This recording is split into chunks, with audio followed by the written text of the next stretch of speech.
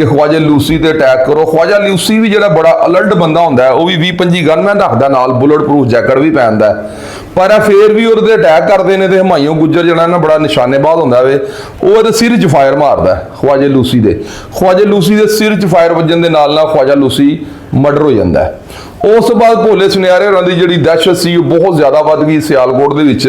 जिन्ने भी इन्हां दे मुखालफ सी उन्हां नूं मजबूरन जिहड़ा ना पाकिस्तान छड्डना पै गया। बड़ा कज़न हुंदा है कैसर खान, ਉਹਨੂੰ ਕਹਿੰਦਾ ਕਿ ਬਈ ਇਹ ਤੇ ਸਾਡੀ ਜਿਹੜਾ ਡੇਰਾ ਹੈਗਾ ਵੇ 20 ਕਨਾਲ ਵਾਲਾ ਤੇ 10 ਕਨਾਲ ਵਾਲਾ, ਤੇ ਇੱਥੇ ਦੀ ਆਮਦਨ ਬਹੁਤ ਜ਼ਿਆਦਾ ਹੈ ਕਿਉਂਕਿ ਜਿੰਨੇ ਵੀ ਸਿਹਾਰੀ ਉੱਥੇ ਪਨਾਹ ਲੈਂਦੇ ਸੀ ਉਹ ਉੱਥੇ ਪੈਸੇ ਮੰਗਾਉਂਦੇ ਸੀ। ਤੇ ਫਿਰ ਜ਼ਾਹਰੀ ਬਾਤ ਹੈ ਜਿੱਥੇ ਪੈਸੇ ਆਉਂਦੇ ਨੇ ਫਿਰ ਉੱਥੇ ਪੈਸੇ ਦੇਣੇ ਵੀ ਚਾਹੀਦੇ ਨੇ। ਉਹ ਭੱਤਾ ਵਿੱਚੋਂ ਨਿਕਲਦਾ ਵੀ ਸੀ ਥੋੜਾ ਬਹੁਤਾ।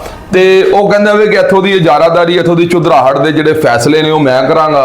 ਭੋਲਾ ਸੁਨਿਆਰਾ ਕਹਿੰਦਾ ਮੈਂ ਕਰਾਂਗਾ। ਉਹ ਫਿਰ ਭੋਲਾ ਸੁਨਿਆਰਾ ਇਹ ਕਹਿੰਦਾ ਵੇ ਕਿ ਯਾਰ ਮੈਂ ਤੇਰੇ ਨਾਲ ਲੜਾਈ ਨਹੀਂ ਪਾਣਾ ਚਾਹੁੰਦਾ, ਤੂੰ ਜਿਹੜਾ ਨਾ ਵੋਟਿੰਗ ਕਰਾ ਲੈ। उस वक्त ਜਿਹੜੇ ਇਸ਼ਤਿਹਾਰੀ ਹੁੰਦੇ ਨੇ ਨਾ ਭੋਲਾ ਸੁਨਿਆਰਾ ਉਹਨਾਂ ਦੇ ਕੋਲੋਂ ਵੋਟਿੰਗ ਕਰਾਉਂਦਾ ਹੈ ਤੇ ਉਹ ਜ਼ਿਆਦਾ ਵੋਟ ਜਿਹੜੇ ਨਾ ਭੋਲੇ ਸੁਨਿਆਰੇ ਨੂੰ ਪਾਈ ਜਾਂਦੇ ਨੇ। ਤੇ ਕੈਸਰਾ ਜਿਹੜਾ ਵੀ ਇਸ ਗੱਲ ਨੂੰ ਮਾਈਂਡ ਕਰ ਜਾਂਦਾ ਤੇ ਕੈਸਰਾ ਜਿਹੜਾ ਨਾ ਫਿਰ ਉਹ ਆ ਜਾਂਦਾ ਵਾਪਸ।